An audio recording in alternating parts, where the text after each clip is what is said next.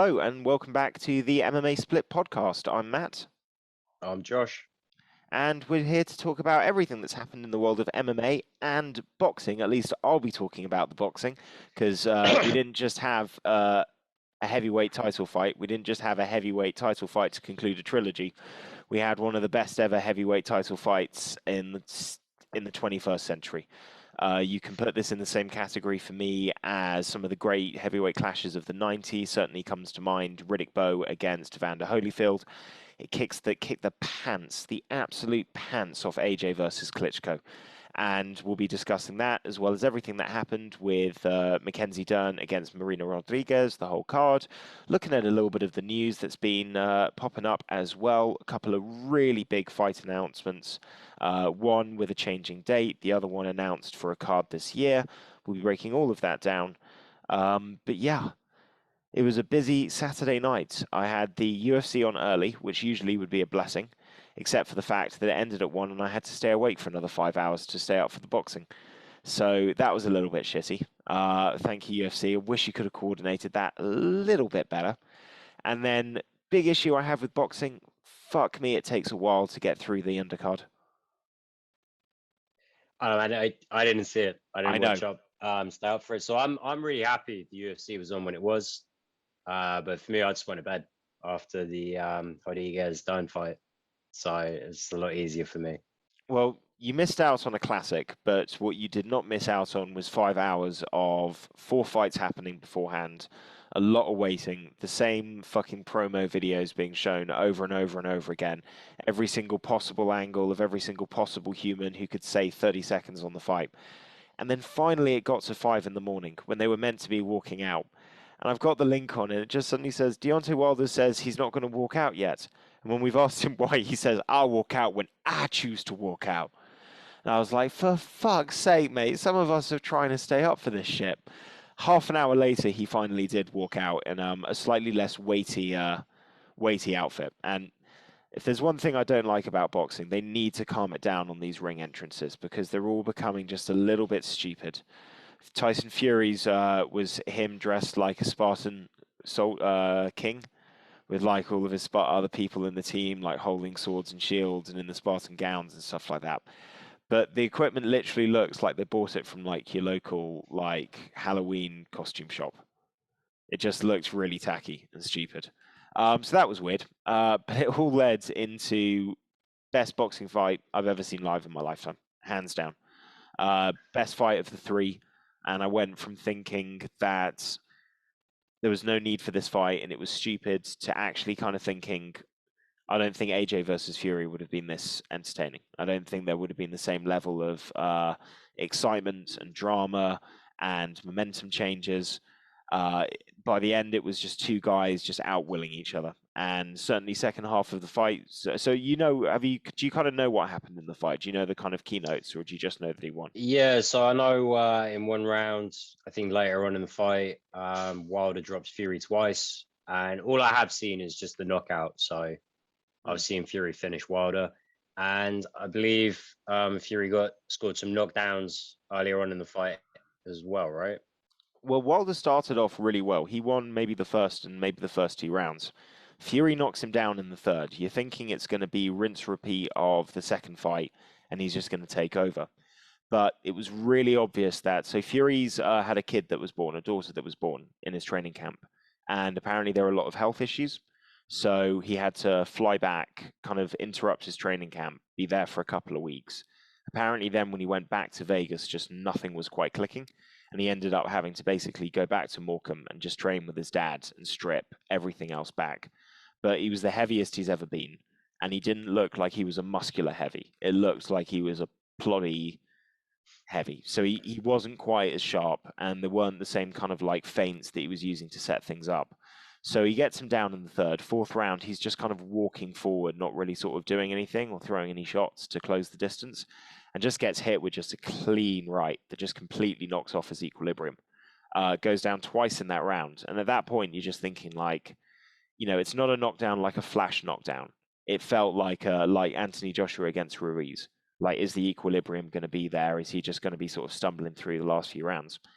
And he survived. Wilder got tired, and then from there on, it was more a case. The second half of the fight wasn't as exciting in terms of momentum shifts as the first, because Fury did very much take over, and a lot of it was more kind of, Jesus Christ, how is Wilder actually still standing up? Like, he looked like he was out on his feet pretty much every single round after the fifth, and he just kept finding a way to stay in there and hang in there.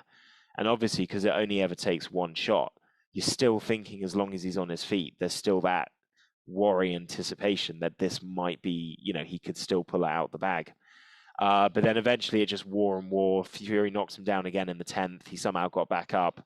Obviously, on what happened in the last fight, no one was throwing a towel in for Wilder. That was like an unspoken agreement that, like, he is going out on the shield.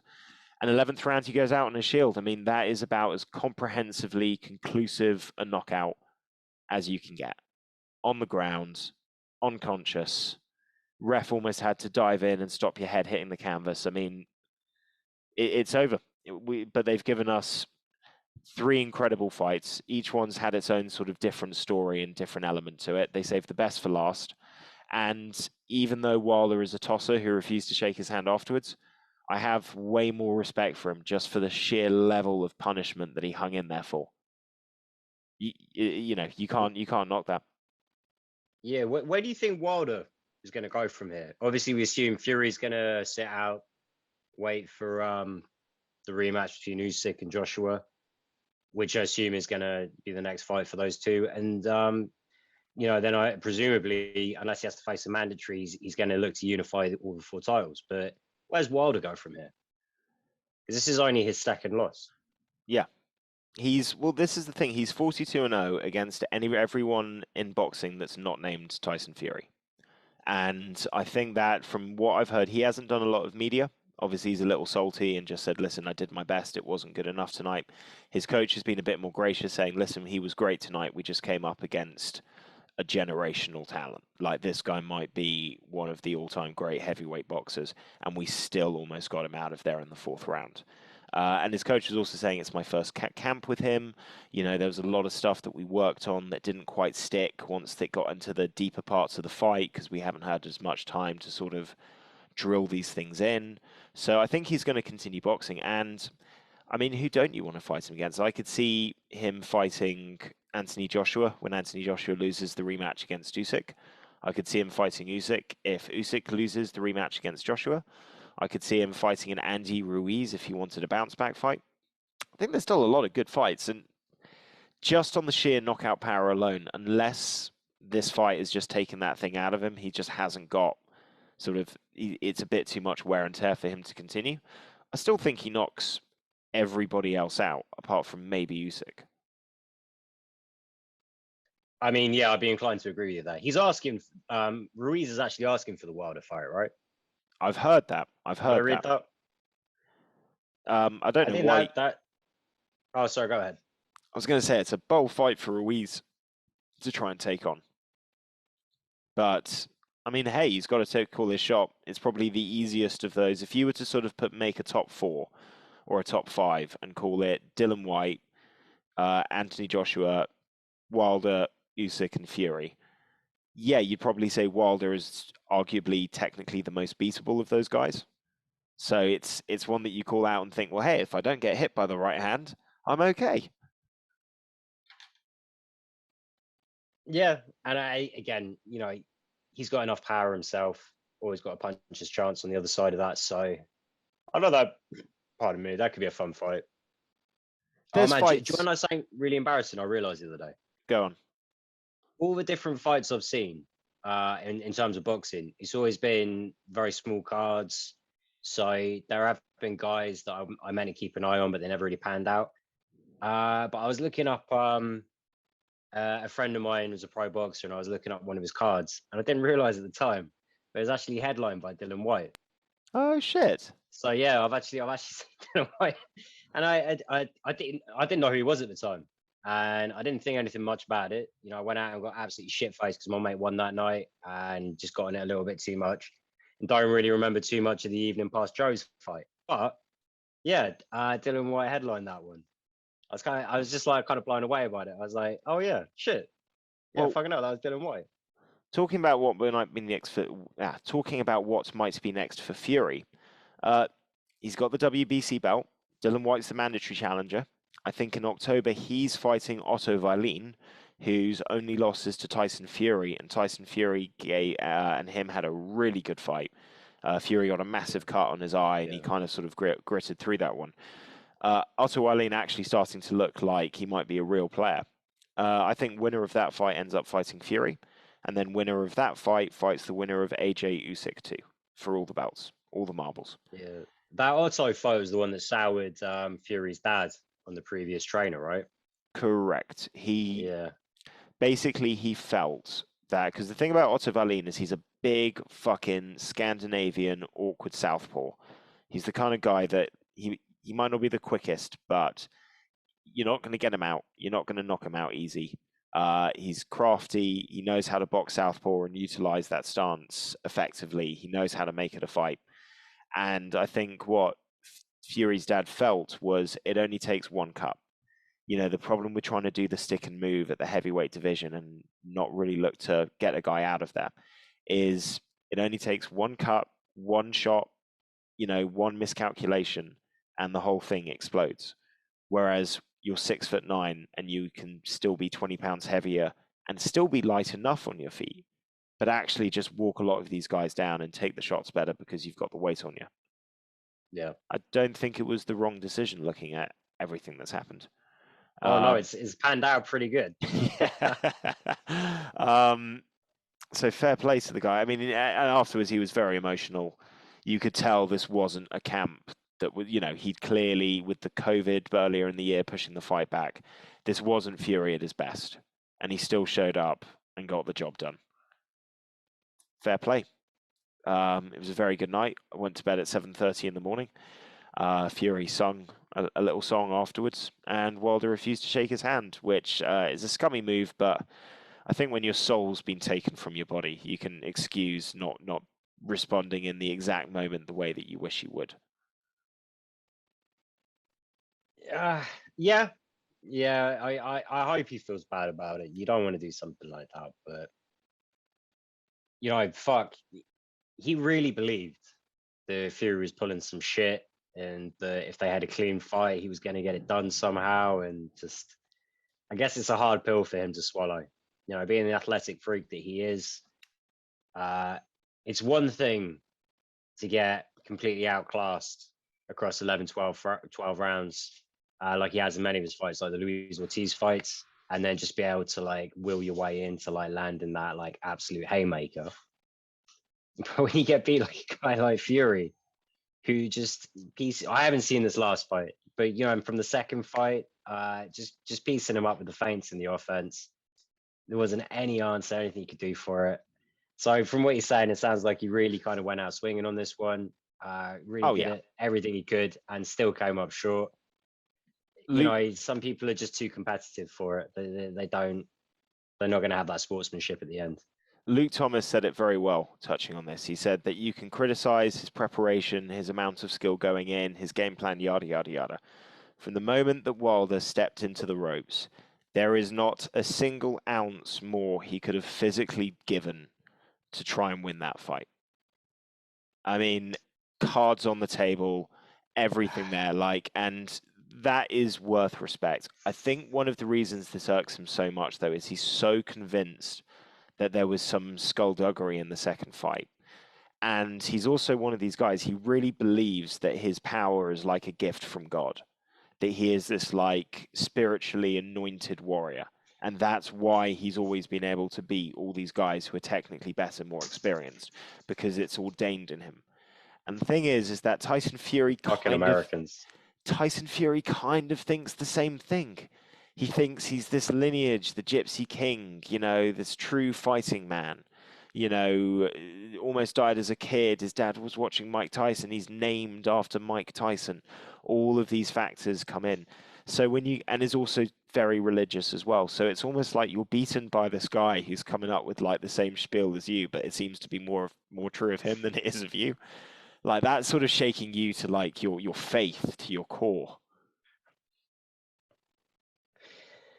Poor bastard.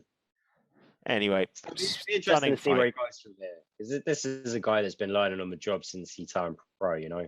As many This is fights as true. he's got, he hasn't got that many rounds under his belt. Truth be told, No. he's either getting his ass kicked in such a with such a huge discrepancy between his talent and their talent, and then just lands a knockout blow, or it gets done quickly.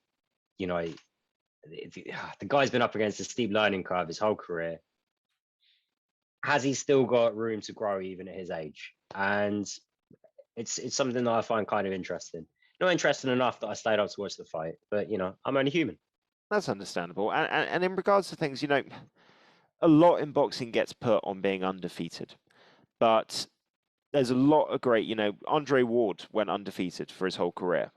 But people aren't really, even people who got into boxing 3-4 years ago, they don't really know Andre Ward very well. He just sort of, it's like Joe Calzaghe. He was a great champion, undefeated, champion, unified the belts, but no one really remembers him. But you remember the guys that had the great rivalries and the great fights that stand out. And even though Wilder didn't end up the better off of this trilogy fight with series with Fury, even in defeat, it's elevated him. They've had this trilogy in this last fight that's putting them into a bracket of, Ali and Frazier, of Riddick Bowe and Evander Holyfield, of these great trilogy sets in heavyweight boxing. Just in boxing in general, Arturo Gatti versus Mickey Ward, where you're just, even if you didn't win, the fight gets remembered much longer than who was the champ and what happened and how many title defenses you got. So, Ben Davidson said it very well in an interview he gave after the fight, where he said they've both defined each other's legacies with this trilogy. And they've kind of made heavyweight boxing compelling and exciting again in a way that it wasn't. And to continue that, I'd still like to see AJ and Fury fight. I think, there's no reason to think that we can't have more of these great series there. But for the moment, it's just unfortunate, and he might retire at 35. He might continue. Time will tell. But the Gypsy King reigns.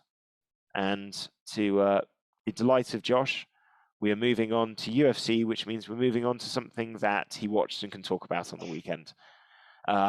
We were very excited for on a night where we had a throwback heavyweight boxing match. We had a kind of throwback MMA fight, the striker versus the grappler. At an age where most fighters are a little bit more well-rounded. And all I can say is this: I did not think there was a scenario where Marina Rodriguez could go to the ground with Mackenzie Dern for a length of 4 minutes and not get submitted. And that's exactly what happened. It's impressive. As a striker, you have to learn some grappling. And I think it's a huge roll of the dice to just work on kind of like defensive grappling and just submission defense. But if you have like an inclination for it, a bit of a talent for it, if you can have that John Fitch style, I will not ever be submitted. You have that round. You can have the entire round, but you will not submit me. Shit, you could be kind of fucking dangerous. And all credit to her. What was it, round 2? Where Dern had pretty much, to come back from that round, just fearless, confident, sticking to the game plan, and just absolutely, dominate Dern on the feet. Well, I thought Dern gave, a few exchanges back as well. Dern doesn't look bad in a striking at all. Jason Perillo is a fantastic coach, and that game's only going to continue to improve. But it was limited. It was limited, though. And you could tell that the big issue I felt that she had is against everyone else on this run. With the striking, what she's been able to do is be incredibly wild, charge in, because it doesn't matter how she gets there or if the strikes land. What matters is her getting into that clinch where she can then get the fight to the ground. And if she lands some punches, great. But it's all to close that distance and to create that threat. And the problem is Marina Rodriguez's movement is so good. She never stays in one place. She's so crisp, everything's straight down the middle, that it just didn't work. And then after round 2, suddenly you could see there was a stamina concern. I definitely think a little bit like Ortega, I think she's so good with jiu-jitsu that she thinks it doesn't matter how the fight gets to the ground. so she can take over. So there isn't the same consideration for takedowns and adding that kind of wrestling element in. It's this idea of I'll strike, and then if I can get to the ground, great. If they put pressure on me, I'll just pull guard and work from there. And I think that's the key element that was missing for Mackenzie Dern, is that once she couldn't just charge in with strikes and get close, you realize she wasn't going to be landing any takedowns. And that's a big problem. Yeah, I wonder how much of it as well is just not making it enough of an onus in the game plan, never mind the training camp. You know, she really seems to have fallen in love with the striking game. She seems to prefer staying on the feet for as much as she can. I kind of like, I appreciate the idea that the more you can soften up an opponent, especially if you can land a good head or body shot and then get them to the ground, it gives you so much more leeway with submission over position. If I've bruised someone's rib, I mean, I can get them in a body triangle. I know that's money. If I can catch someone in the head real good, I can definitely favor submission over position if I feel like they're still a little bit out of it. Same with like a liver shot, their body's not going to respond in the same way. So I understand kind of the ethos behind it, but if you Mackenzie can't get Dern, close, especially in this fight, yeah, if you can't close the distance, you need to find another way. And I think really, you're right. Her striking game very much is a get in your face and bully you kind of style.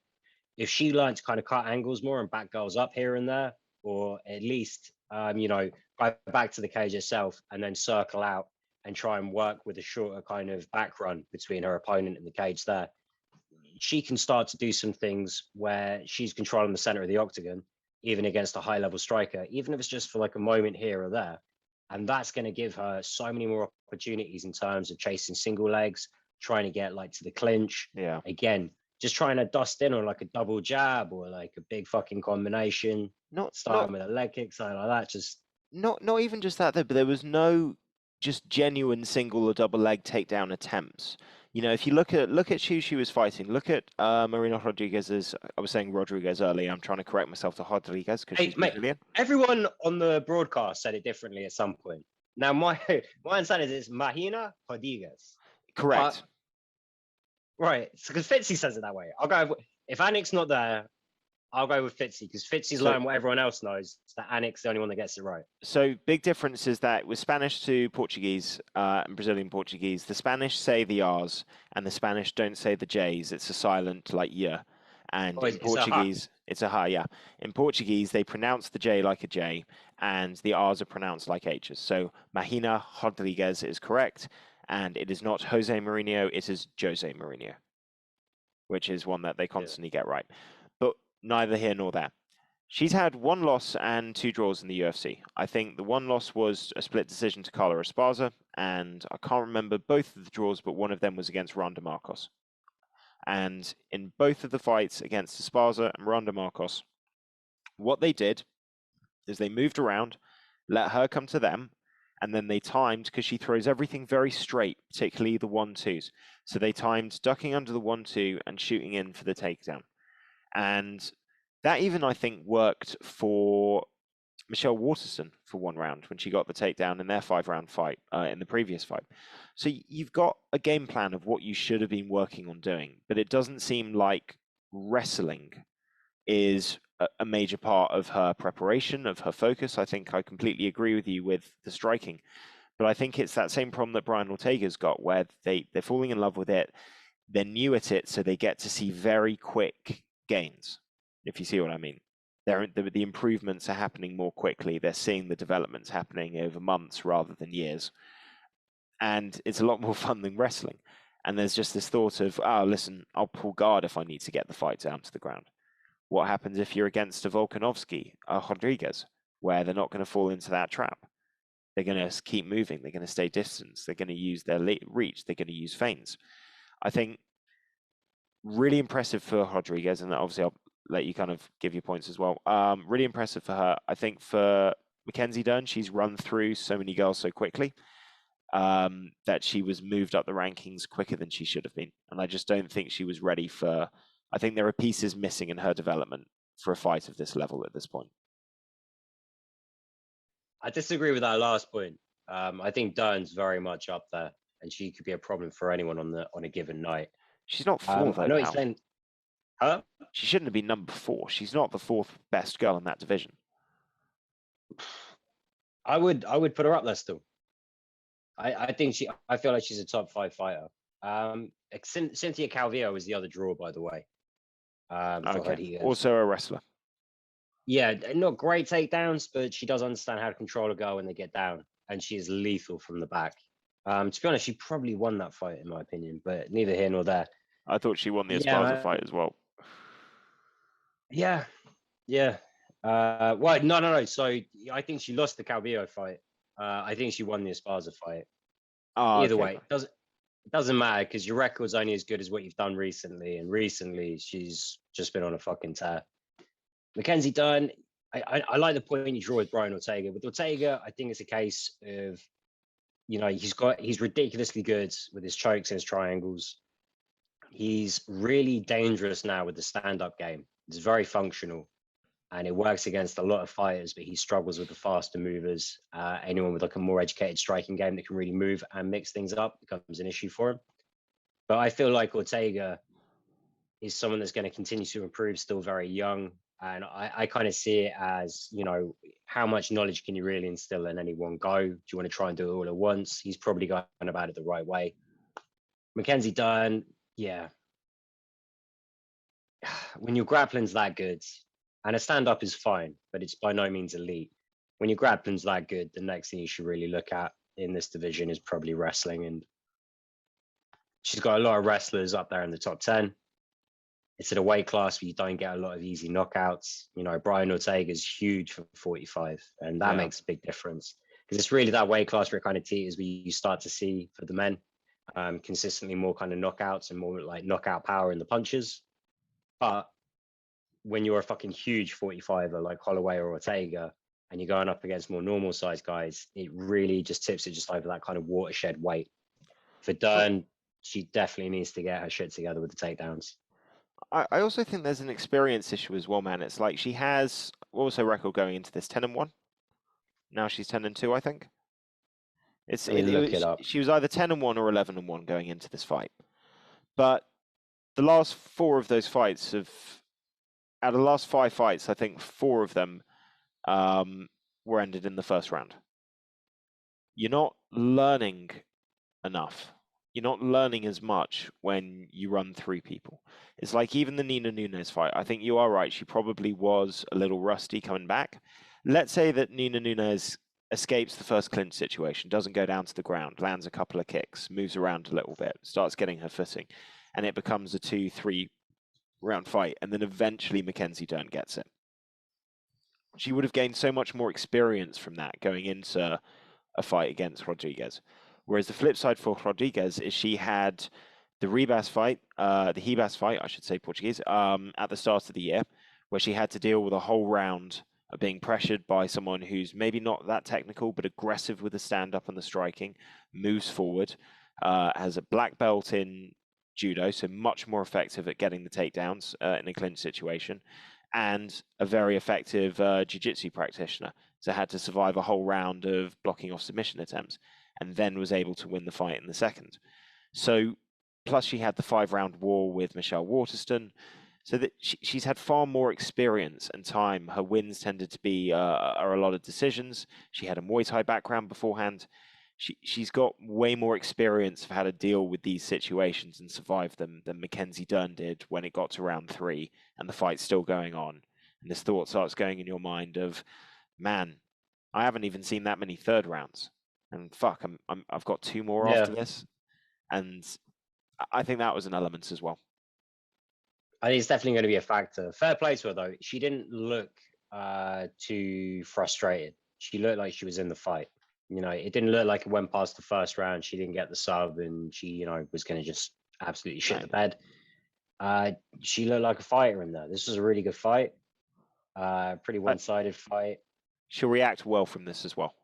Like, MMA is not her first competition. She's been doing BJJ competitions for fucking years before that.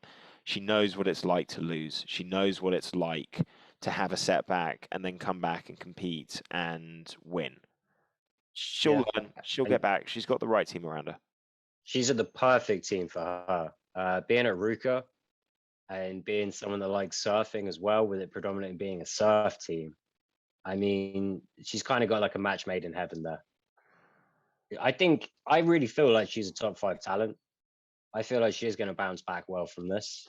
And I just feel like with her base, she is always a threat. Always a threat. Just Mahina was just on her day. She just looks great. And I hope she's going to be getting a title shot somewhere soon. I think for Dern, something like maybe a Tisha Torres fight, I think would be really entertaining. I think that could be an interesting bounce back fight. Obviously, Torres is looking sensational at the moment. She's shooting back up the rankings. It's not that I don't think she's top 5. I think she's probably just outside top 5. And to be honest, I think that's where she's going to end up in the rankings, because I think you've still got Yan Jiaonan, Weili Zhang, Joanna, obviously now Rodriguez, and you've got Esparza. So just that alone for me, and then obviously the champ Rose, is 6 people that I think are ahead of her right now. Yeah, so let's just look. It's been updated. So Mahina takes over 4th spot all by herself, relegating or demoting Yan Xiaonan down to 5th, and Mackenzie Dern down to 6th. But fuck the numbers. For me, Dern is a top 5 talent. That's just the way I see it. I feel like she's going to be, the champion within the next few years. Certainly, as long as she continues great to develop. Because this is the thing, up until a few fights ago, she was a totally different fighter. And, she really got ahead in the game, totally changed things around, looks so much improved fight to fight ever since. This is a bump in the road, a wealth of experience to be taken, Her physical conditioning looked, if you were to put a picture up of her physique on Saturday, compared to, for example, the Hebas fight a couple of years ago, it's not the same. It's not the same body. From an athletic point of view, she's not Big Mac anymore. She's not Big Mac anymore. Call her Big Mac, but she isn't. But I will call her because it's a good name. She shouldn't go to waste. She's a Big Mac with light mayo. Psych! There's no such thing as light mayo. It's a con. It's all bullshit. I just thought they put less sugar in it. No, they put less fat. And how do they still make it good if you have less fat? Sugar. I don't care. So in light mayo they put more sugar in? They put more non-sugar sweeteners, which also turn into fat in your body. It's like this cycle. Carcinogenic. And carcinogenic. And here's the real con. Fat doesn't just get converted to fat in your body. This is like a big fucking lie from the calorie counting industry. Like fat sometimes becomes, too much fat turns into fat in your body and it's not good for your arteries, but most of it gets converted into energy. Yeah. Fat is good. It's sugar that's it depends what kind of fat you're getting, but yeah. This is true. Anyway, we digress. Randy Brown. The rude boy was a rude boy in this fight, man, because he fucked up his toe 30 seconds into that fight and still lost all ability to really move. Trapped in the fence. Trapped in the fence.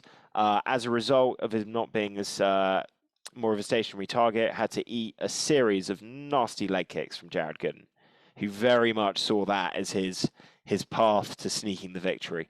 And Rude Boy was just good enough to establish the jab, keep forward pressure, had a great poker face. Highlight of the night for me, without a doubt, is just the image in the last round of every 30 seconds, Rude Boy just re-standing on his toe, just to feel like he's recentered it and is rebalanced. I thought that's a fucking gangster move, man. Like, you're keeping an absolute straight face, still winning this round. Just every 30 seconds, you're just like, and just pressing the toe back because it's broken and it's moving all over the place. And I want it to feel flat on the ground, at least for balance. Yeah, it's kind of up there with the, oh my God, why can't I think of his name? Uriah Hall, the Uriah Hall tie one, where it's like kind of coming out at a different angle, or the John Jones one. The John Jones one is nasty. That's nasty. And fair play to the guy, because he knew he had to get that fight done. round one, and he gets it done. Although I'm not going to give Jones any more props after that.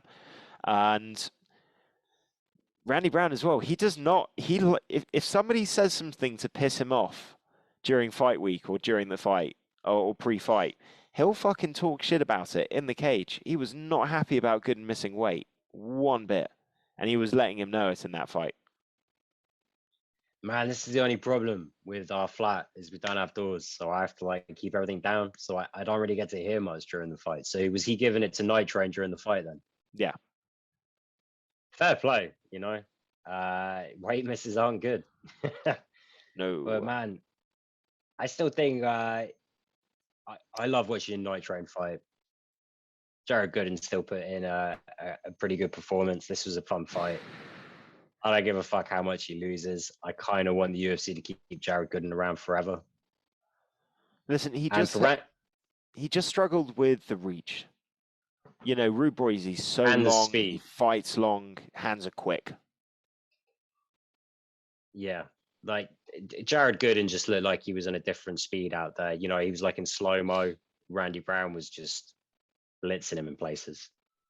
Yeah. And on a fucked foot as well, which is definitely going to take the spring out of your steps somewhat. Yeah. Man, this was a new wrinkle for me with Randy Brown.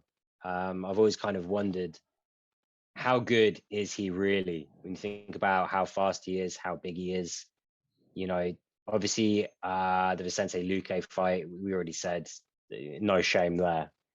But, you know, losses against Nico Price, Michael Graves, these are guys that you really shouldn't be losing to. Since then, you know, the Bilal Muhammad fight was before the Nico Price one, actually. So, yeah, if I take out Vicente Luque and Bilal Muhammad, the guy's still got 2 losses in the UFC against only 7 wins. This is why I underestimate him sometimes, you know.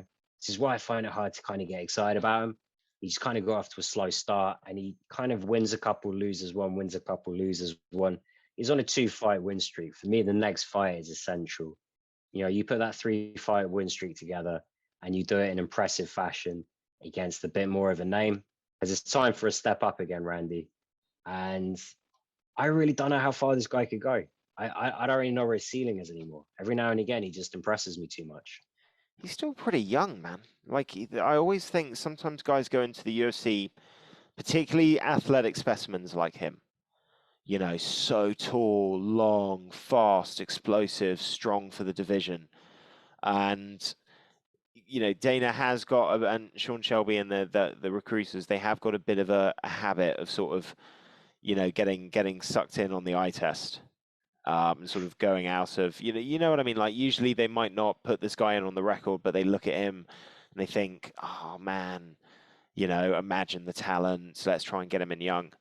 And it doesn't always work out for guys. Not that it doesn't work out, but it's learning to swim at the deep end. And you look at the people he's fought. I mean, he's fought, like you say, Vicente Luque, Nico Price, Bilal Muhammad. These guys are all really good fighters. I mean, Nico Price maybe isn't ranked at the moment, but he could be in that top 15 after his next fight. Bilal's in the top 10. Vicente Luque might be fighting for a title shot. So he's not, you know, he's not losing to bums. And okay, he lost to a couple of lower ranked fighters, but he's a guy who mainly boxed, who I think transitioned to MMA, and there are still holes. And the older he gets, the better he's going to become at filling those holes. And certainly with his athletic gifts, I think there's potential. I don't know if he's a future champ or a top 5 guy, but I could see him being in the top 10 in a couple of years if he improves and keeps improving and develops consistency. Yeah, I'm looking at it now, though. You know, the top 15 at welterweight is absolutely solid. I mean, you got D-Rod in at number 15. You know, that's where the floor is on the rankings. Yeah. No, Chimaev's not in there. You know, Sean Brady's in there. Ponzinibbio's still in there. Jeff Neal's still in there. Yeah, it's not easy.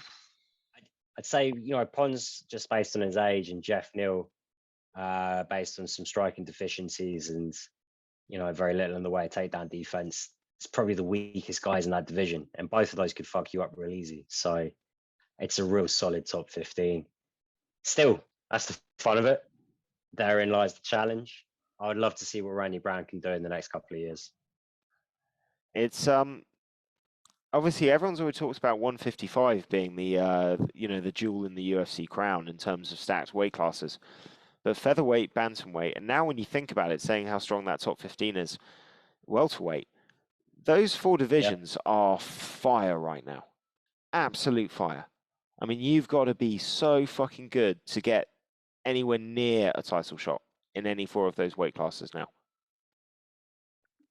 Yeah, man, and that's just the men's weight classes, but yeah, for sure, welterweight through to bantamweight, it's just wall to wall killers in those top 15s. It's just crazy.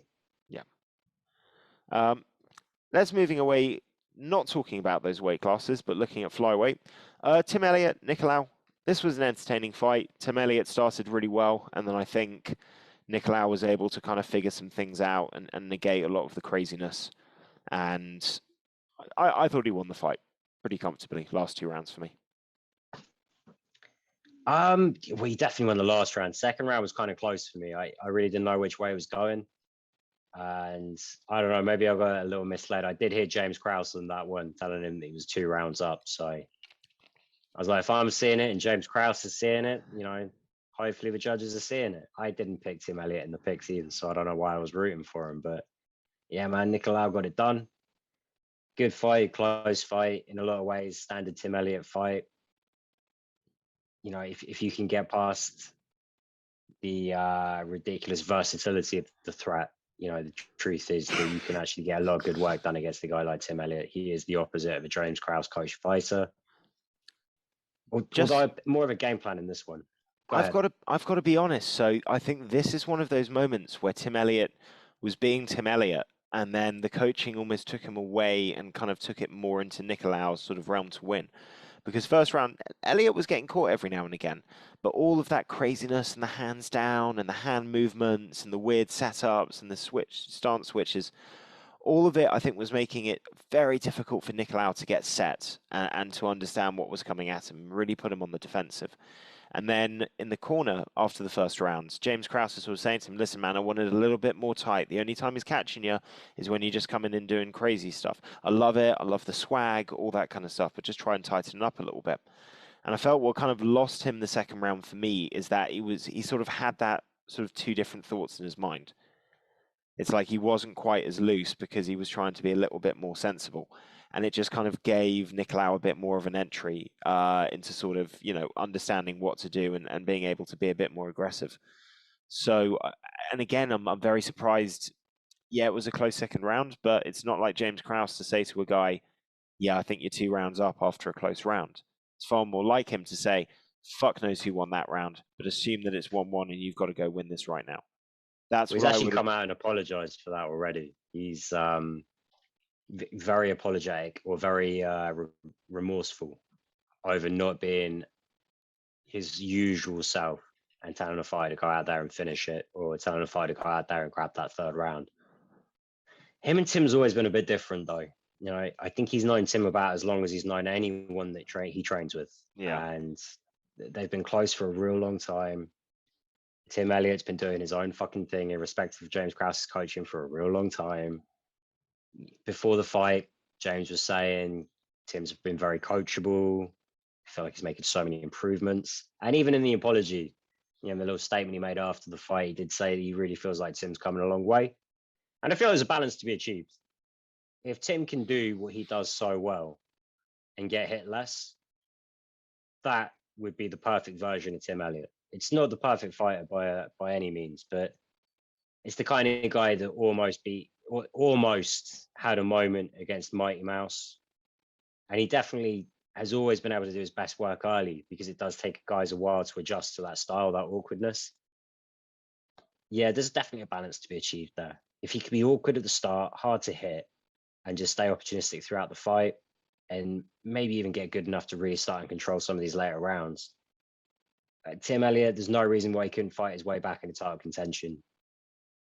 But it's a big if he can do all of those things. I feel like Tim Elliott's just going to slowly make his way to that kind of level, but retire ultimately in a year or two, never quite get there, and just kind of be a fun fighter for us to to shit on when we do the pick show. I never shit on Tim Elliott. I find him very entertaining. And you that was you a good picked fight. Nicolau as well, though, yeah? Yes, but no, I'm pretty sure I picked Elliott. Oh shit, man! How did you do in the picks then? I did 'Cause not I do was well in the worried picks. I lost this one on I did not Agapova. do well on the picks. So if I lost, I was wrong on Mackenzie Dern. I was correct on Randy Brown. I was wrong on Tim Elliott. I was wrong on the next fight as well. In fact, this You is went Mazzo as well. yeah. Oh, Not just that, I shat on Sly for picking Agapova by submission, and then she wins by submission in a fight where she yeah. absolutely dominates Mazzo. So right now How I'm did one. Sly do? So Sly predicted Rodriguez. He predicted Gooden, so that's 1-1. He predicted Nicolau, so that's 2-1. He predicted Maria Agapova, so that's 3-1. I also got the next one wrong. I got Colares wrong. He also got that one wrong, though. So right now I'm 1 for 5 on the main card. Gutierrez is a beast, man. Absolute beast. Colares tried so hard. He had the right idea with the classic Muay Thai stance and the soft sort of tapping front foot. But obviously, it also made his Strax very straight line. Gutierrez was able to maneuver around, obviously land kicks to the body, land strikes to the head. Really good performance from Gutierrez. I told you. Should I have like that listened. kid. Should have listened. This is where I get a little bit better. So Romanov, Lupita, I got right as well. Well, Lupita though we picked against Sam Hughes.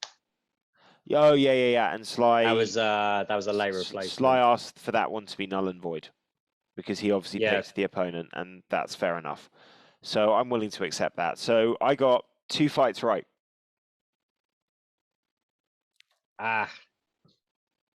Happens.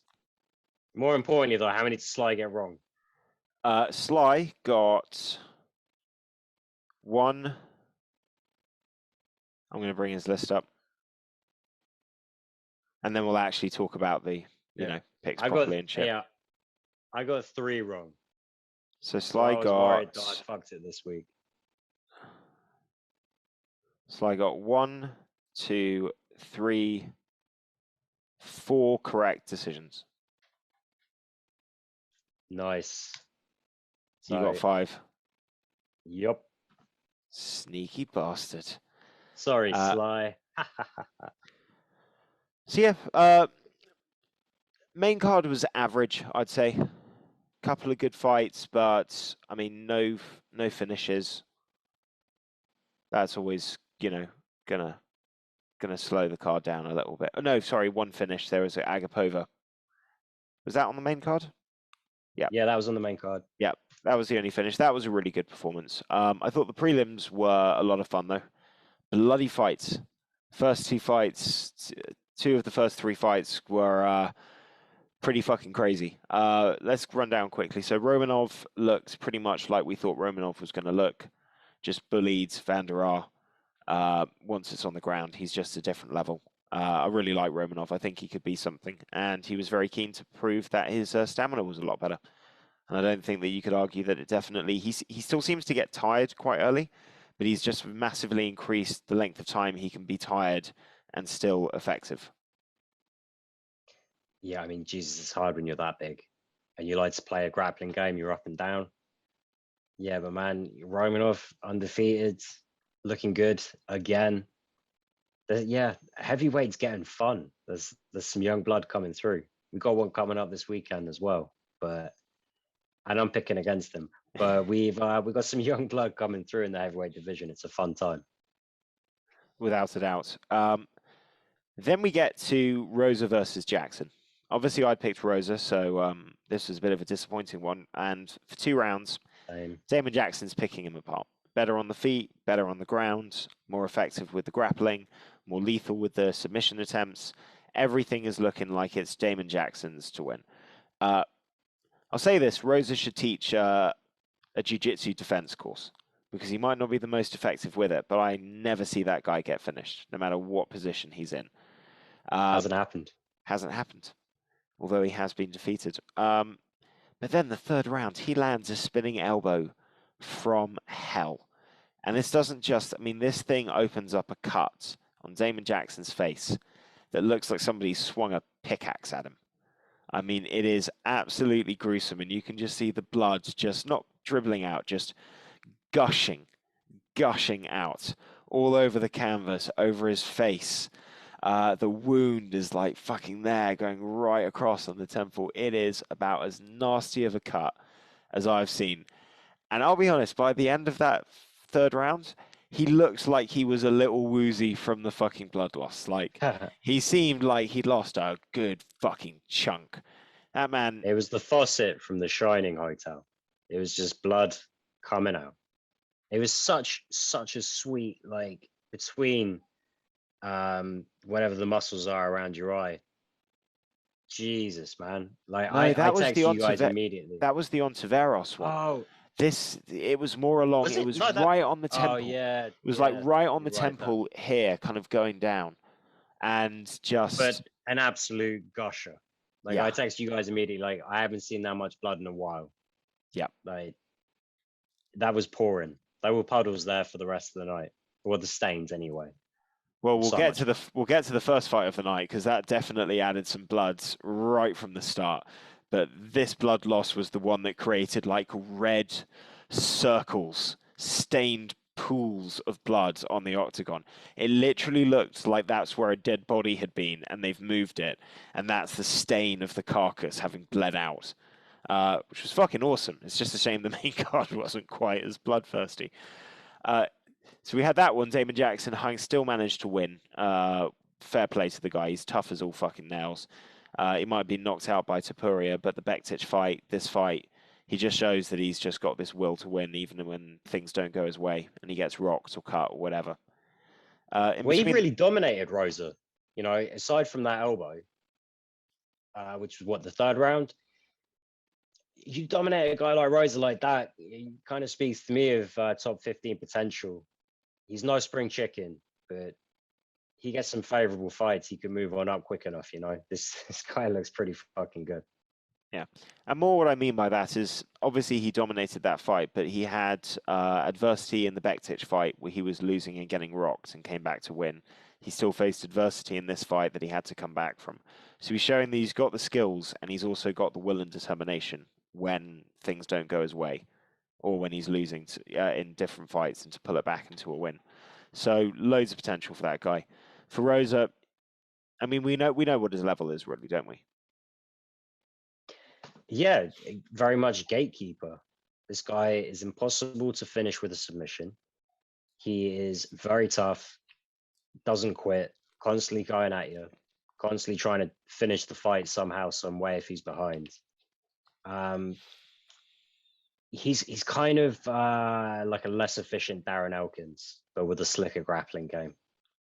And he's just right outside that top 15. And unfortunately, he's, well, probably considered a little lower because he keeps getting beaten by all these prospects coming up. But Charles Rosa is a fan-friendly, tough as hell outing for anybody. Always worth watching, even if it's on the prelims. Get in there early, tune in for it. But you're right, he's not going to get any better than he is. He's not going to crack that top 15 anytime soon. And I hate saying it about a guy that I love that much, but goddamn, do I love seeing him make other people bleed. Truer words have never been spoken. In between two bloodbaths, the second bloodbath is the first fight that happened on the card. We had Lupita Gonzalez just dismantling this poor girl who'd stepped in on short notice to take the place of Sam Hughes. And dismantle doesn't do it justice. I mean, this was an absolute... There was only one winner in this fight the whole way through. And yeah, it's not always good to take a fight on short notice in the UFC. I'll say that. No, it depends who she gets as the next opponent. It can be a nice way to get into the UFC. I remember Patrick Cummins coming in on a short notice fight against Cormier, getting absolutely manhandled, but then getting a bit of a UFC career out of it. You know, how bad do you want to go to the big show? Yeah, true. You know, I can't write off Gomez Juarez until I see a fight like at least once more. But yeah, total mismatch. Lupi absolutely destroyed her. 5 takedowns in 1 round. Jesus Christ, 3-11 on the significant strikes. It's only an eight strike differential, but essentially it's almost 4 times as many. Just pure Much. class. Well done, Lupi. And then first fight of the night, Steve Garcia survived some serious early adversity. I mean, it looked like Ontiveros was using every single inch of that former middleweight weight to stumble and knock down and disorientate Steve Garcia, but had no defense when it came down to the ground. And the cut that you're referring to that was right on the bridge of the eye here, this is this fight. And I feel like Damon Jackson bled a lot more, though. He did. I feel like that was all the bloods, like, because there was some blood in this one, and this was a great fight. I feel kind of bad for Charlie Ontiveros because that axe kick is a problem, and frankly, it's the knockdown he gets in the second round. I don't know how Garcia pops up immediately, but that knockdown was Garcia's entry to the single leg that ended up finishing the fight. It's almost like if he just picked him apart slowly and not tried to drop him, he could have taken that fight. But I think he was a little. The cut was really bad, and I think it was affecting his confidence and his kind of self-belief in the fight as well.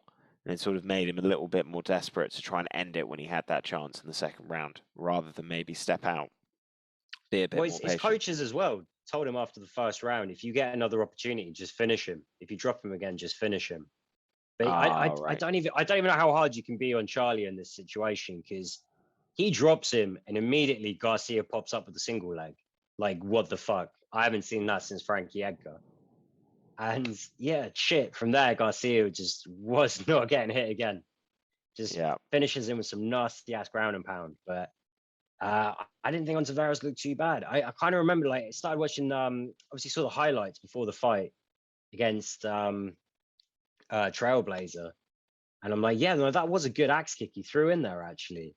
And then, he starts landing, he lands it on Garcia twice, maybe. Was it one and then one almost lands? Looked good with the hooks as well. I hope Ontiveros gets another fight. I think this guy could be fun at lightweight. Steve Garcia, how many years did you take off your own life getting that win? But fair fucking play. Well, Ontiveros looks like he's got every single bit of a middleweight's power in this division. So he could definitely be a lot of fun. He's a little bit unorthodox, very explosive and creative. That axe kick was great. Those sort of looping uppercuts that he throws as well, devastatingly powerful. That kind of uppercuts hook hybrid that he uses, sort of whips around with his long reach. So loads of potential, but unless he improves his takedown defense, particularly at that height, being very long, in a lower weight class, he's going to have a lot of guys that are shorter and are going to find it a little bit easier to kind of get underneath his strikes and get at him and get the legs. So I think that's going to be the big challenge for him at lightweight. But yeah, I want to see him fight again. I think he could get some wins together. Might be something. Still a young guy. Yeah, man, and with deceptive power, like you say. All right. Obviously, we're going to do news. Did you want to try and get the picks in today as well? Or do you want to do a separate show for that We'll do it separate, but to be honest, man, I mean, I know there's a couple of good fights on this one, but seriously, Norma Dumont They're saving against everything for Aspen 268. Ladd. Are you fucking kidding me? Like, I get that it was meant to be Holly Holm and she's a name, but still, you can't have that be a main event of a fucking 5-round fight night. It's Aspen Ladd, we don't even know if Aspen Ladd's going to be there for it. She's had so many fucking injuries. She hasn't made weight. I know that there's an extra 10 pounds on top, which is what I said she should have done. But I'll believe it when I see it. Who's to know that she doesn't just think, fucking 3 steaks the night before? It's featherweight. What difference will it make? Then we get there on Friday day for the fucking weigh-in. She's standing up there just like, sorry guys, I'm 2 pounds up. My period came again. Not my fault. Not my fault. Johnny Hendricks has done that. Gastelum's done that. People that miss weight don't move up weight and do well that often. A lot of them continue to struggle. In fact, has John Lineker ever missed weight for bantamweight as well? I have no idea. Maybe I'm throwing him on my shit list too soon, though. I have no But idea. yeah, What I do know about that fight is that Norma Dumont is a scary lady, because I thought Felicia Spencer was a pretty good fighter, and Dumont just bullied her, out-pressured her, and I don't think that Aspen Ladd understands. I'm glad that she's moving up to featherweight, because she clearly can't make bantamweight. But one, there's not a lot of fighters there, and two, the fighters that are there are going to be bigger than she can handle for the style of fight that she wants to have. I mean, yeah, like realistically, she's going to be trying to increase about 10% on her kind of walking around weight here. It's a lot. But yeah, we'll do the picks for that. I'm not even sure what other fights are on that card. Oof. Yeah, there is another. There's Zylovsky against Carlos Philippe. Okay, Carlos that's a good fight. Philippe, another guy with only the one loss, I think, to Sergey Spivak, who, to be honest, is wild as all hell, has very poor technique, but just gets into these brawls, gets some favorable looks on the split decisions, possibly. Andrei Arlovsky, yeah, apart from the Tom Aspinall fight, has looked really good the last 2-3 years. So, you know, that's going to be a fun fight. Jim Miller fighting the new boy Eric Gonzalez. I'm only interested in that one because it's Jim Miller. Oh, and the rescheduled Manon Fio against Mayra Bueno Silva. Oof. And I don't think this is going to be that close a fight, but Julian Marquez against Jordan Wright, that's potentially a pretty cool one. And of course, Andrew Sanchez against Bruno Silva. So yeah, a couple of good middleweight fights on this week. I'm not sure Hot if I can Chocolate's be. fighting. Do you mind if we maybe excavate on doing a pick show for this week? Yeah, I can live with that. Like last couple of weeks, we haven't had a lot of name value. Maybe in the last few weeks. This week we haven't got a lot of name value, and then you know pay-per-view time. So I'm still gonna watch it, but I just like the last two cards have not been strong, but this is just one I look at and just like as soon as I saw Norma Dumont versus Aspen Ladd's name as the main event, even though there's some fights that I'm going to be looking forward to, I just can't be fucked to also make an hour of my day to do picks for that one. So if we can take a week off the pick show. Yeah, that's fine. I will just say also Dana Baccarel is fighting Brandon Davis, second fight of the night. I think that one could be a fucking war. Okay. Well, I'm still going to watch it, mate. I do. There's nothing else I'm doing at midnight on a Saturday at the moment, so that's not a stress.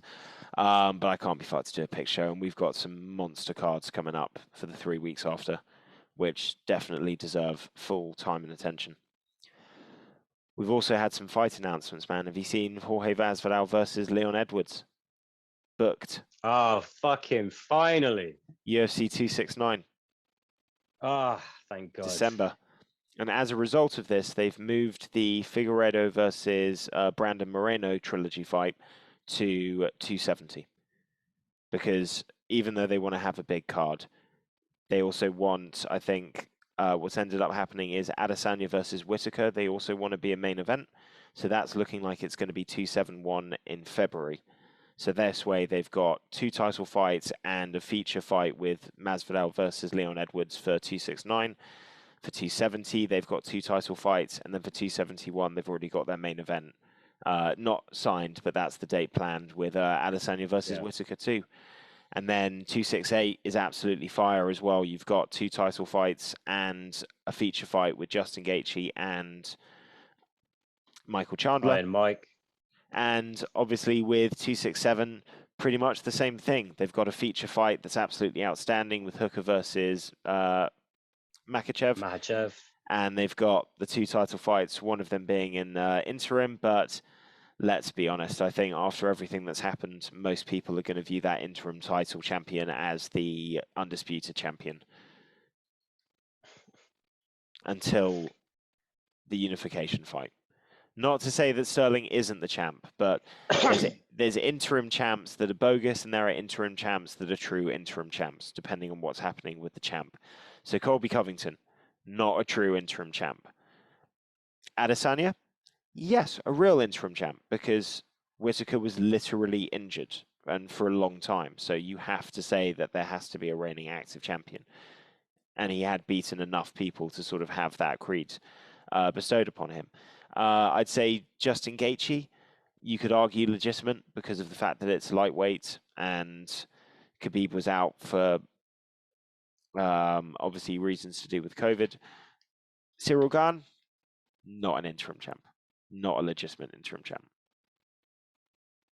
But this one, No, yeah, I know what you mean. When fighters pull out for poor reasons, poorly scheduled surgeries, not getting paid enough money, yeah, I know what you mean. They'll throw those interim belts out like candy sometimes, and it's bullshit. Kind of really started with Conor McGregor, if I'm honest. Like the Chad Mendes one, maybe not necessary, especially given how long he was allowed to hold the belt unchallenged afterwards. But yeah, this one is definitely a legit one. Fucking psyched for it. You were teasing at another fight announcement as well, right? What's the second one you got? oh no, the main thing I was talking about is that the Moreno fight's been moved to 270 instead of Got being you. on 269. But I think there was another fight. Let me have a check. Let's see what's been Well, going on in the Rockhold's news. out of the Strickland fight. Oh, I saw that just now. Yeah, herniated disc. And I don't know how much I really want to talk about it because I really don't know enough of the details yet. But both Luis Pena and Chuck Liddell were arrested over domestic violence charges. Chuck Liddell's come out and said that he was actually the victim of the domestic violence and opted to go into custody in her place.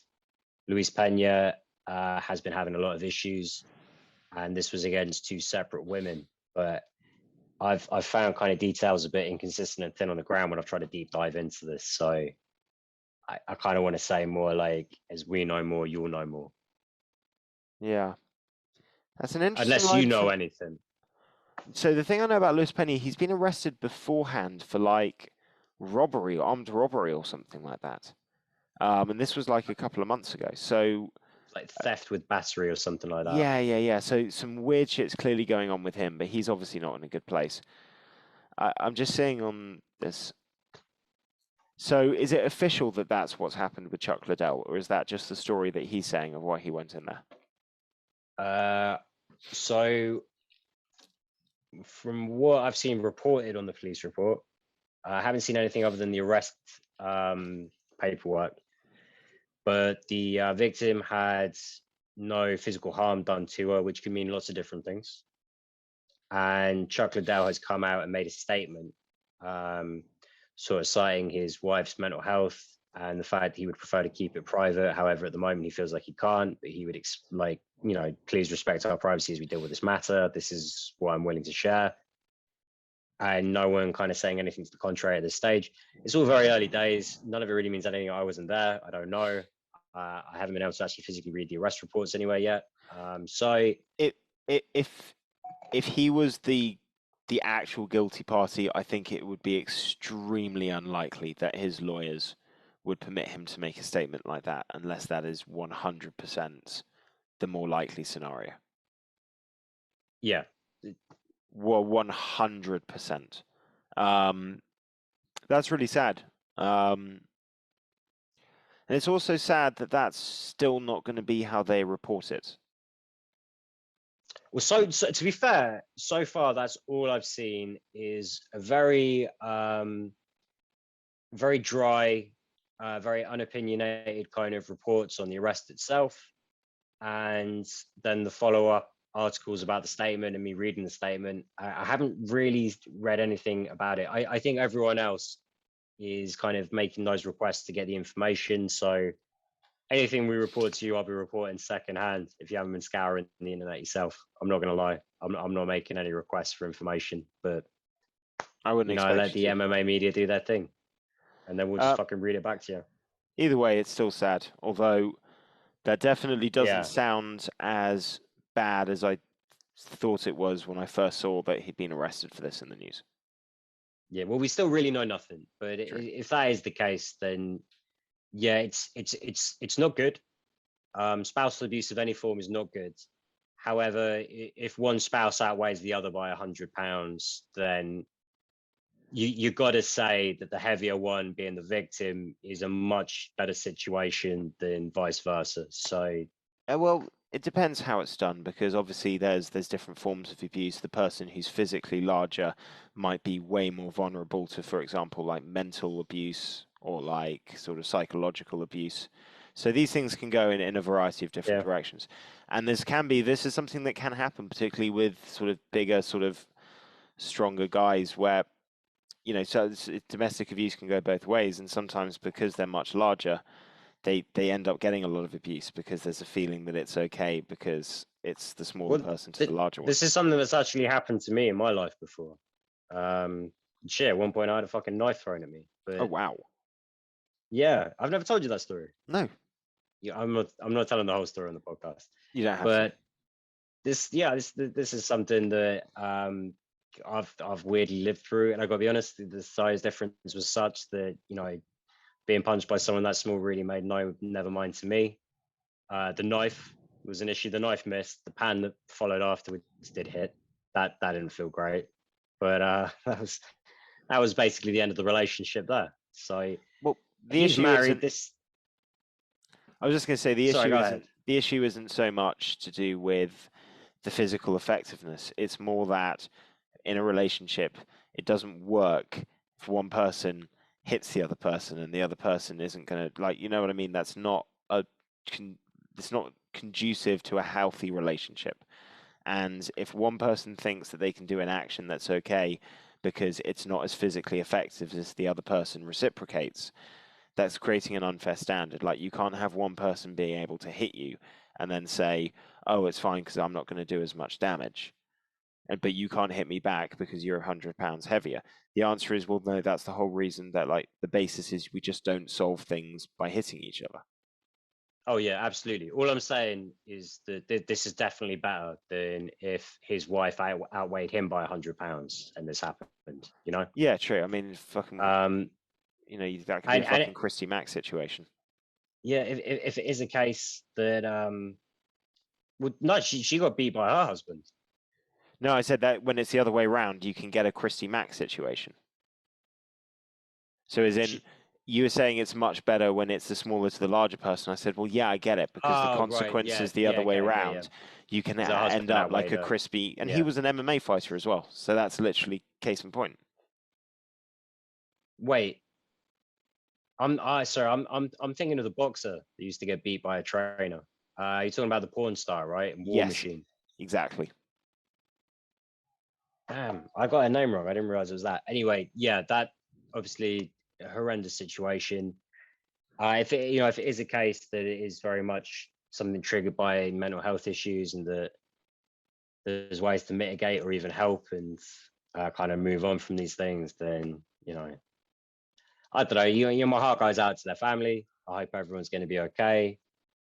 Similar to the Luis Pena one, this guy's been talking about having mental health issues around the time of the first domestic violence arrest, and now this. I don't see the guy really fighting for the UFC again anytime soon, but I hope that him and everyone involved with that gets the help they need, because it's just really shitty that these things still happen. Mate, it's one of the problems with combat sports, man, is that it's not that it's a place for particularly naturally violent people, but it's far more likely that people that compete in that have personal issues, come from difficult places on average compared to a lot of other team-based sports in a lot of situations. And this, it's also a far more lonely place. You don't have that kind of like, team group to kind of keep you focused and all the rest. You're much more on your own, left to your own devices. You have a lot less help around you, and everybody can struggle with these issues. It's not good, man. What's nice with sport in general is that I think understanding of mental health is becoming something that's appreciated a lot more. I think one of the negatives is that as soon as there's a crime committed because of that, people tend to lose a lot more sympathy.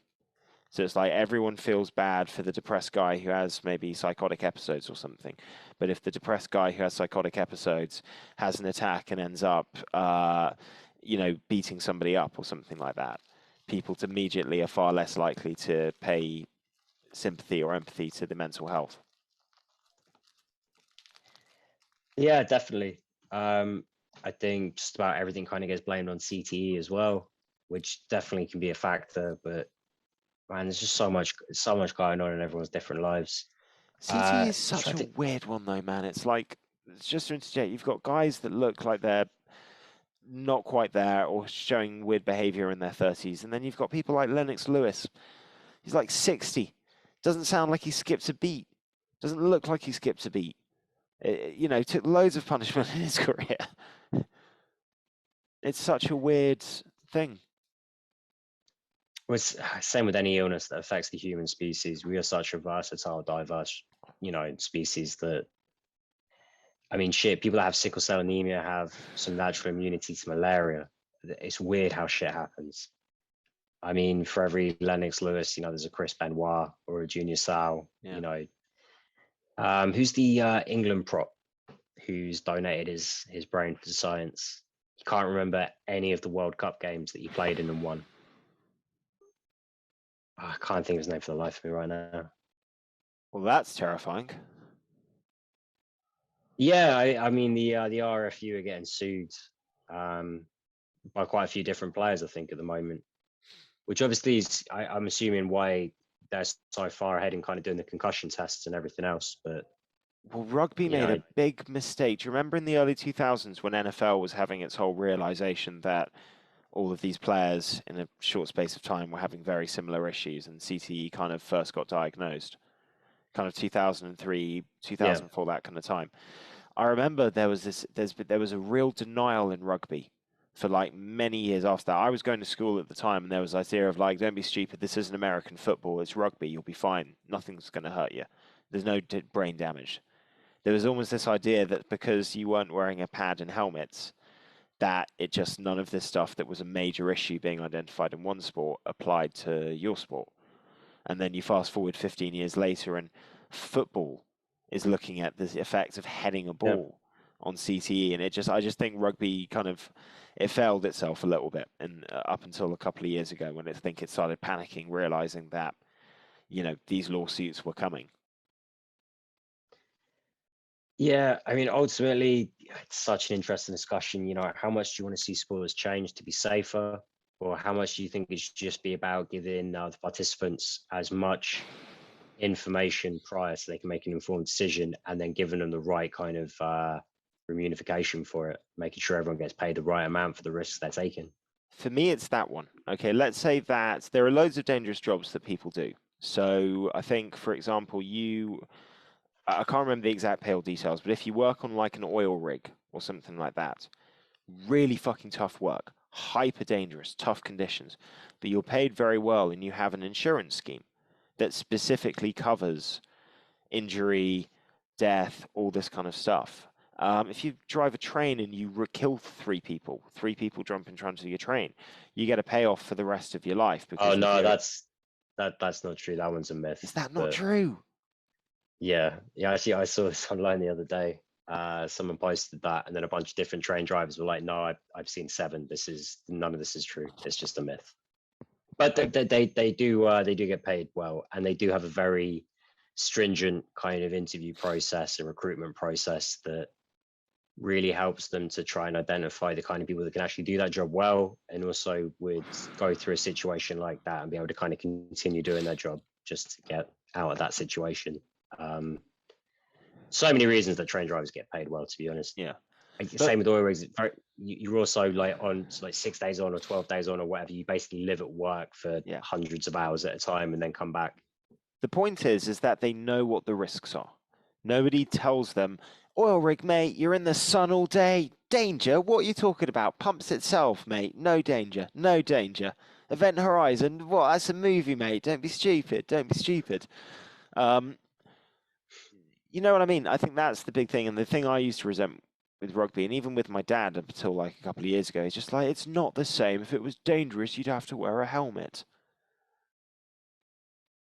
And it's chucking people in and without really explaining what the consequences were. And I think that's why a lot of these rugby players are suing, because they probably have also felt that there's a denial, and these issues that they're brought up are getting swept under the carpet because it's the elephant in the room that nobody really wants to deal with. Oh, for sure. And I think the NCAA, college sports in America, that's got to be on borrowed time. There's only so long they can go without paying those athletes. It's just ridiculous at this stage. Yeah, nobody minds if it leads to an NFL career where they get paid millions, but what about all those guys that got injured 2 months away in their final year? No one drafts them.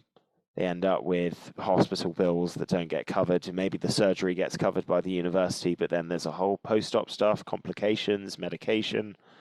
Dependence on medication. A lot of problems, man. I think the only thing that I do think, and NFL has got, it's made, you know, it's made so many deals with the devil, okay, that it's basically just got a direct line. All right, Satan just magically appears every 6 months just to sort of be like, "You need anything, Roger? We all good? You sure? I haven't heard from you in a while." You had that. You got this John Gruden problem popping up. Do you want me to get rid of that for you?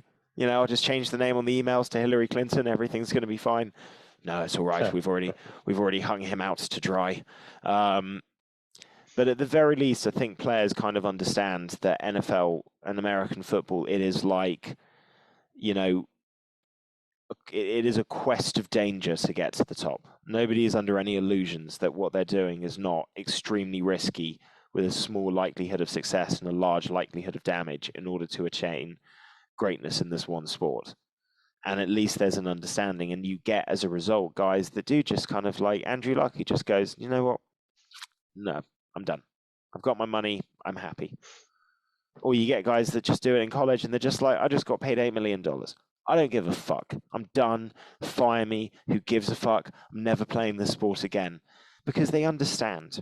Whereas I think there's a lot of other sports that are maybe not as dangerous, but have that danger. And it's not really translated across as to what the risks are. It's like, say what you will about fighting, but nobody tells you that fighting isn't that boxing, martial arts, these things don't carry the risk. You're very aware of that going in, and the goal of it is to try and avoid that damage and risk happening at all times. In rugby, you've got to break that mental thought. You're basically putting yourself into the danger zone constantly. Yeah, man, it's kind of fucked up. And I really don't know how it's gonna sort itself, because you see some changes and they're kind of bullshit token changes in sports, kind of geared around athlete safety. Best what I can think of is the NFL shortening the preseason to lengthen the regular season. That's not in the interest of player safety. Most of them don't play in that fucking extra preseason game. All of them are going to be playing in that main extra regular season game. It's just a bad fucking idea. The idea of the 4 preseason games is they play a few snaps here, a few snaps there, condition in, build it up. And now that's been much more condensed. And again, there's been a whole series of injuries in the first 2-3 weeks, way more than if you go more than 2 seasons back that you would expect to see sort of early in the year. Man, talking about head injuries though, did you see Daniel Jones against the Cowboys? Nah. Oh, he went for a run. He went for a quarterback sort of sweep with the keeping the ball to try and go for they're on like the 1 yard line. Charges in with his helmet. The other guy leans in. Absolute just helmet collision. You can see it kind of like just sort of tilt his head across. And he's down for a few seconds, stands up, and then immediately just starts doing the wobble around. And you're like, fuck. So he got taken out of the game. But even though that's a shame to see, that's one of the things that's happened now. Like a few years ago, they would have sort of patted him on the shoulder and been like, "You're right to go in," and he would have sort of been like, they'd be like, "That's a yes, get in there, QB." And now it's like, no, we're going to lose the game. We're putting Mike Glennon in, but at the very least, we're checking this guy out and making sure he's okay. Yeah. Touching on that as well, did you see as well in the news? Oh God, what's his name? Dominic Reyes says he's taking some more time out to make sure his brain's all right. It's the right thing to do. That was one hell of an elbow he took. I mean, Jesus, even Conor McGregor back in the day was talking about how guys should be taking longer breaks when they suffer serious head injuries. never heeded his own advice. Always storming back in. I mean, shit, Didn't even get after the knocked first out a Nate lot, Diaz fight. No, but look at the Nate Diaz fight where he gets submitted. Before he gets submitted, he is out on his feet. You know, he gets fucking rocked twice, and the second time, he is pretty much out on his feet before he even shoots in for that shitty takedown. Just, he should have taken some time off. Didn't do it. Didn't matter, but he didn't do it. True. He does get rocked. He tends to get subbed more, but he often gets rocked first. Well, we'll see how that ends up affecting me in life. Final thing just to touch on. I saw, because obviously I had to completely give up on watching the Dolphins game against the Buccaneers after we just got absolutely pounded and annihilated by Tom Brady. I switched on to a very exciting Eagles versus Panthers game, where you guys pulled off a bit of a fucking upset, man. Looking really good. Well, to be honest, we were kind of shooting ourselves in the foot on the first half. Had another touchdown taken away for a penalty. That's five touchdowns called back for penalties so far this season. It's been ridiculous with the penalties. Sirianni was doing a shit job play calling in the first half. Defense just about kept us in it. And then, yeah, second half. What happened was in the third quarter, some half-naked Eagles fan ran onto the pitch. And then after that, we just played lights out. It's like we were getting pressures on Darnold all game. I think we ended up finishing with 5 sacks. I think which pretty much all came in the second half. And yeah, we just started looking pretty good. I will just say though, Miles Sanders, you know, I running a very, very compelling give me the ball campaign through the first quarter of the season so far, gets taken out at the end of the game just for sheer fucking stupidity. When we're trying to run the game down, he runs out of bounds twice on consecutive plays. So he runs out of bounds on a play where he should just take a short yardage situation. And the second one, just take the loss. But instead runs out of bounds. So he runs out of bounds, gets told, do not fucking run out of bounds. What are you doing? We want to win this game. Next play, runs out of bounds. Kenny Gainwell comes in and, you know, shows him how to get tackled inbounds. It's just ridiculous. I don't know. Maybe Miles Sanders is just trying to get cut at this point. I don't really know what's going on there. Well, the thing is, I think he's probably paying attention to his stat lines because his average is 5 yards a carry. And there's a lot of guys that think, particularly if they're not planning on being on a team long term, think, listen, it's all well and good me taking a hit for the team, but it's shit like that that brings my average yard carry per attempt down. And what ends up happening is when coaches are looking at me as a free agent and deciding, do they want to sign me, they look at what my yard per average is. Are they going to see 5 or are they going to see 3.9? I understand what you're saying, but in these two runs, no, this wasn't the case. It was just being a dumbass. Running out of bounds for the same amount of yards that I would take in the tackle and just being a fucking moron. And then the second one, just again, catching a bad screen pass that was going to lose yardage. And instead of just taking it, getting down on the knee and just taking less of a hit, again, runs out of bounds for a loss. He gains nothing on the play. Both of them were just retarded. It was just so asinine. Just didn't have to do it. Well, but fuck it, we won. I don't really care too much about the wins and losses this season. Although if we hadn't won this one, I think we've got the Bucks on Thursday, and then we've got the Raiders. So it's nice to have at least 2 wins so far going into the second half of the season. But I just want to see some improvement, and they are giving me improvement on a goddamn drip feed.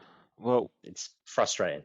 You're getting the same situation this year that the Dolphins were in last year, where you've got our number 1 pick, and it's looking like the Dolphins might have a catastrophically bad season.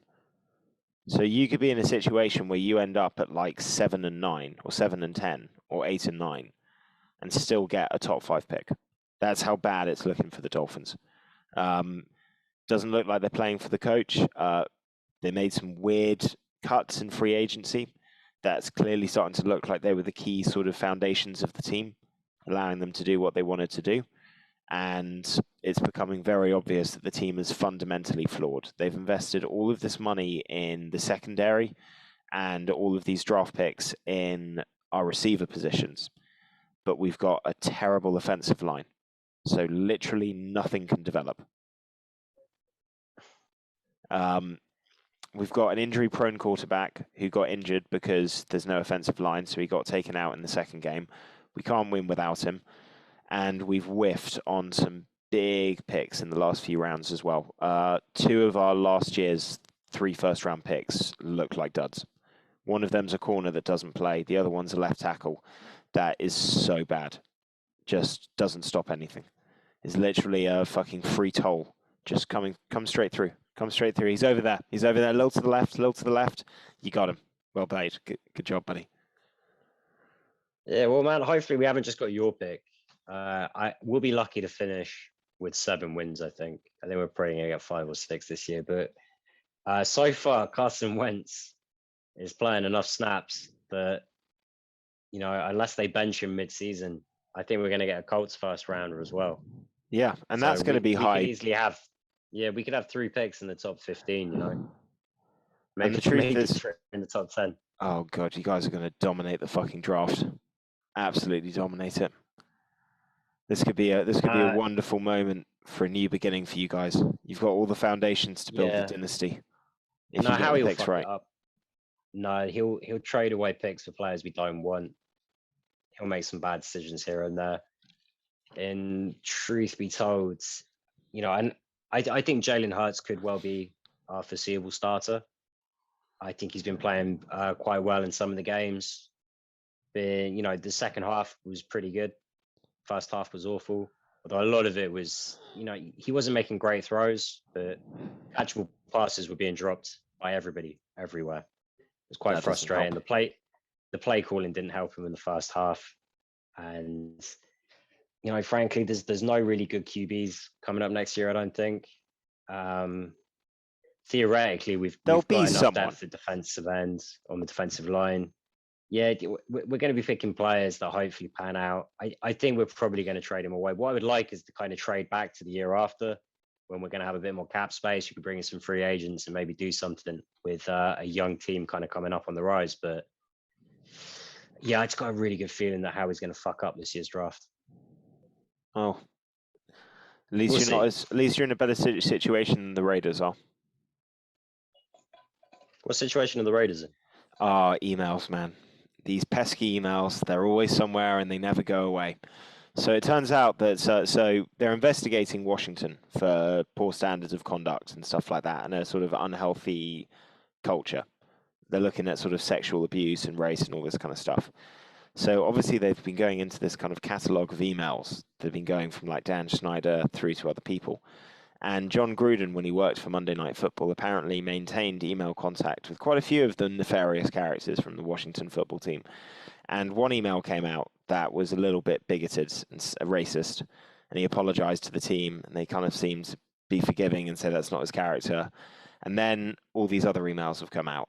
And not only is he very happy to use some racist terminology and certainly talk in a way that would suggest that you are a full-blown racist, but also just a sexist. He shat on Roger Goodell numerous times in the emails. Very homophobic, very derogatory to and referring to gay people, which when you've got the league's only openly gay player on your football team, I don't think is going to do you any favors. And these are dating from 2010, like some were from 2012, some were from 2014, some of these emails were from 2016. This isn't like it was 10 years ago and I've learned. This is like, no, this is who I am and this is the behavior that catalogs zero change in my attitude across the last 10 years, talking to somebody who's literally getting investigated for pretty much the same shit. Man, fuck Gruden. I get. Is this why Urban Meyer seems to be getting a free pass from the whole grind gate? So what's interesting about that dude still got his job? Because they've invested all of their fucking reputation in stakes.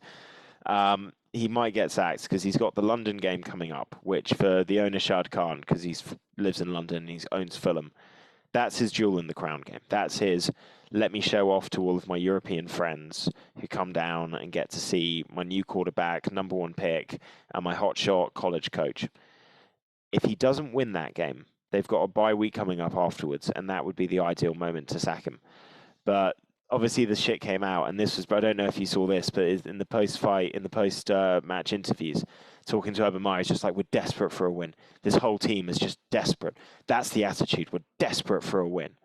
And then it cut to Trevor Lawrence doing the interview, just being like, "Nah, I'm just focused on playing good football. None of the team's desperate for a win. We know the win's going to come eventually. But this is the first year. It's a rebuild. We're figuring stuff out. We're improving every day. You can't get desperate in these situations. Listen, this is the first time I've ever lost this many games. I basically only lost 2 games my whole life before that. And the one thing I know about winning mentalities is you're not desperate." So just completely different odds. So they're not clicking. It's not working out. And the only thing is with that video is that even though it's really inappropriate, it's not illegal. It's not like it's bigoted. It's definitely bigoted. And it's not in helpful. America, that does not go down very well when you're a married man. And I've also been reading reports that nobody has seen a locker room so unified over one thing, albeit not in the way you would want it to be. But maybe no one that's has ever seen a coach get everybody thinking the exact same thing about the situation. And the situation is, what you did was fucked up, and we think it's really funny that that happened to you. My favorite part of reading was apparently one of the players spoke to the press and just said he didn't actually apologize properly. He only apologized to certain position groups, and ignored everybody else. Didn't think they were worth the apology. But after apologizing, he walked out, and everyone that was in the room that he apologized to at that time just immediately burst out laughing. And he even ended by saying, and he knows that, and he could hear that we were laughing. That he knows that we were laughing behind his back. It's also, he didn't fly back with the team, and apparently all of it, they haven't liked him from day one.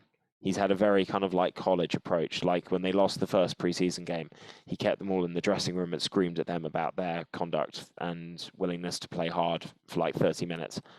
And obviously all of the experienced pros are sitting there just being like, mate, we're about to play 17. We're about to go through 18 weeks of hell. Like we're working on the plays. We're more focused on getting the timing and the cadence right and running our routes right and testing out the other teammates and all the rest. What the fuck are you talking about? So straight away, he's pissed them off. John Gruden seemed to have the players on side until all the other emails came out.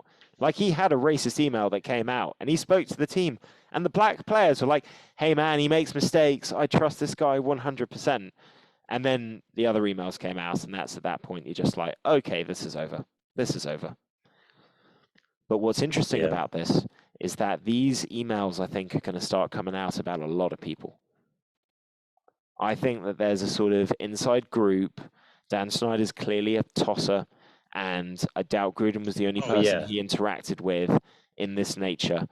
I think we're going to have a lot of those sort of older coaches, older guys in the media, yada, yada, yada, who are all going to start having these stories leak out. Well, fucking hopefully. It should. People shouldn't be protected when they're saying shit like that. Yeah. It would definitely. I don't think there's not really a lot of good vacant. There's not a lot of good unemployed coaches right now for the NFL. Like shit. If you fire up in my, who you hiring? Doug Peterson needs a job. Yeah, he's dog shit though. Oh, he did Look, better than Nick Foles won us the Super Bowl. All right, Doug. Nick Foles won us the Super Bowl despite Doug Peterson. I'd say it that way. Words. Bold words. But you know who didn't win the Super Bowl? Wentz. Andy Reid. Oh no, but Andy Reid was amazing. All right, Andy Reid got us so close so many times, and Andy Reid's my favorite ever Eagles coach. Having a rough start with the Kansas City Chiefs though this season. Yeah, well, that's more Mahomes, isn't it? Just pick machine. I mean, shit. Even we looked okay against them. Yeah, you do. Your team doesn't look that bad. I think that would be the biggest surprise of the year, is if Soriano turns out to be a good coach, and the best rookie QB of this last draft seat class is David Mills. Yeah, we're not really playing that well. The penalties are ridiculous. Even even this weekend, we made less penalties than usual. We made some fucking stupid ones. And taking another touchdown off the board as well, just fucking ridiculous. Thankfully, Derek Barnett this week decided he wasn't going to shit all over our record with his penalties. He managed to keep himself in line. But since we lost Brandon Graham, our defense has gone from looking like one of the best in the NFL to being porous, just very fucking shaky. So many penalties. And again, our offensive line decimated by injuries. I don't even know what's wrong with Lane Johnson right now. Hopefully he comes back at some point this season. It's all just, yeah, none of it's great. You know, the trenches are supposed to be our strong point. A few key injuries later, and we look at a bit of a shambles. Still, it's a rebuilding year. 2 wins is about right for where we are at this point. I don't think we're going to be winning again for a few more weeks, but hopefully we finish with like 6-7 wins or 5-6 wins, 3 first-round draft picks that we can use for some decent collateral to kind of build the year after. And, you know, in 3 years' time, please be good. That's all I want. That's all I want.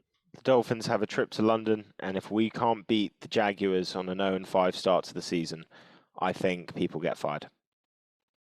Oh, bro, for sure. Was it 20 wins? 20 games without a win for the Jags right now? Yeah. And how many games without like a made field goal? It's ridiculous. I don't know about that. I think they are redefining what it means to suck in the NFL.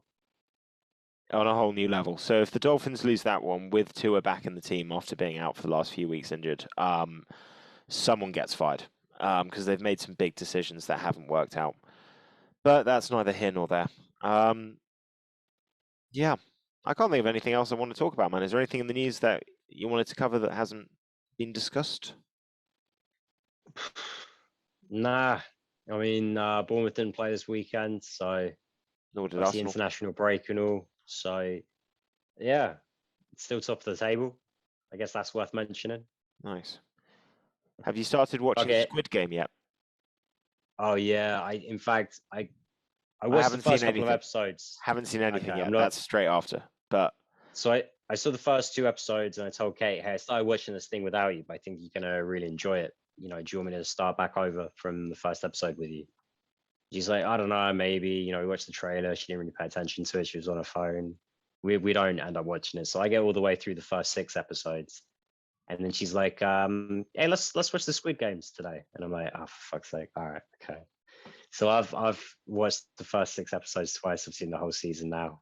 Yeah, it's good. I really enjoyed it. Nice. On that note, everybody, thanks for watching. We're not going to do a pick show this week because the card doesn't deserve it, but we'll be back for a mammoth fight week for Marvin Vettori and Paulo Costa. We will, of course, do the breakdown show for the card that is coming up this weekend, and then it's back-to-back pay-per-views. What else can you say? Till then, guys, everyone have a great week. Enjoy the fights. Bye, Larry. Bye, Dave. Bye, Laurie. Bye, Dave. Later, bro.